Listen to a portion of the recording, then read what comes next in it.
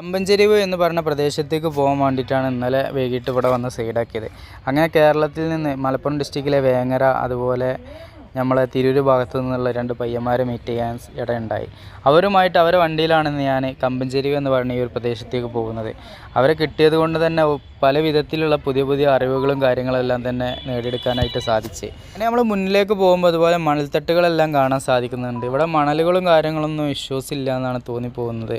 പിന്നീട് വില്ലേജ് വൈബിലൂടെയുള്ള ആന്ധ്രയുടെ ഉൾഗ്രാമത്തിലൂടെയുള്ള യാത്രകളാണ്. ഇവിടുത്തെ വില്ലേജുകളും ടൗണുകളെല്ലാം തന്നെ കുറഞ്ഞ ഏരിയയിൽ ആൾതാമസം ആളുമായി ബന്ധപ്പെട്ട വിശേഷങ്ങളൊക്കെ ഉണ്ടെങ്കിൽ ബിൽഡിങ്ങുകളൊക്കെ ഉണ്ടെന്നുണ്ടെങ്കിൽ പിന്നീട് ഒരുപാട് പ്രദേശം അതിൻ്റെ ആളുകളുള്ളതിൻ്റെ 3 ഇരട്ടി 4 ഇരട്ടി ഒഴിഞ്ഞു കിടക്കുന്ന പ്രദേശമാണ് ഉണ്ടാവാറ്. പിന്നീട് ഇവിടെ ഉൾഗ്രാമത്തിലേക്കൊന്നും നമുക്ക് അങ്ങനെ കൂടുതൽ ചെല്ലാൻ കഴിയണില്ല.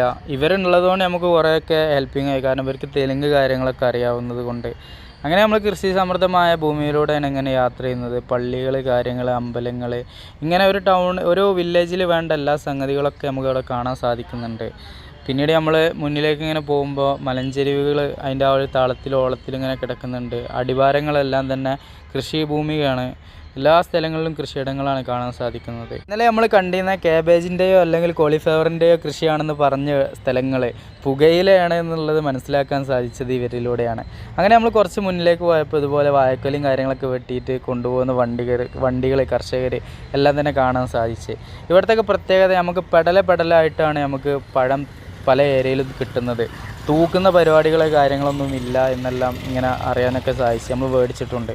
പിന്നീട് നമ്മൾ ആ ഒരു കൃഷി സമൃദ്ധമായിട്ടുള്ള ആ ഭൂമിയിൽ ഇങ്ങനെ പോയി കുറച്ച് മുന്നിലേക്ക് ചെന്നപ്പോൾ അങ്ങാടിപ്പുറത്ത് നിന്നും നിലമ്പൂരിലേക്ക് പോകുന്ന ആ ഒരു റെയിൽവേ ട്രാക്കിൻ്റെ ആ ഒരു രൂപം അല്ലെങ്കിൽ ആ കാട്ടിലൂടെയുള്ള ആ ഒരു രീതിയൊക്കെയാണ് നമുക്ക് ഇവിടുന്ന് കാണാൻ സാധിച്ചത്.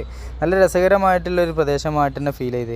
പിന്നീട് നമ്മൾ പോയിക്കൊണ്ടിരിക്കുന്ന കമ്പഞ്ചെരിവ് ആ ഒരു വെള്ളത്തിൻ്റെ ഏരിയ ഡാമിനെ മാതൃകയാക്കിയിട്ടുള്ള ആ ഒരു ഏരിയയിലേക്ക് നമ്മൾ എത്തിയിട്ടുണ്ട്. നമ്മളിനി കുറച്ചും കൂടി മുന്നിലേക്ക് പോയി കഴിഞ്ഞാൽ ആ ഒരു പ്രദേശമാണ് നമുക്ക് കാണാൻ സാധിക്കുക.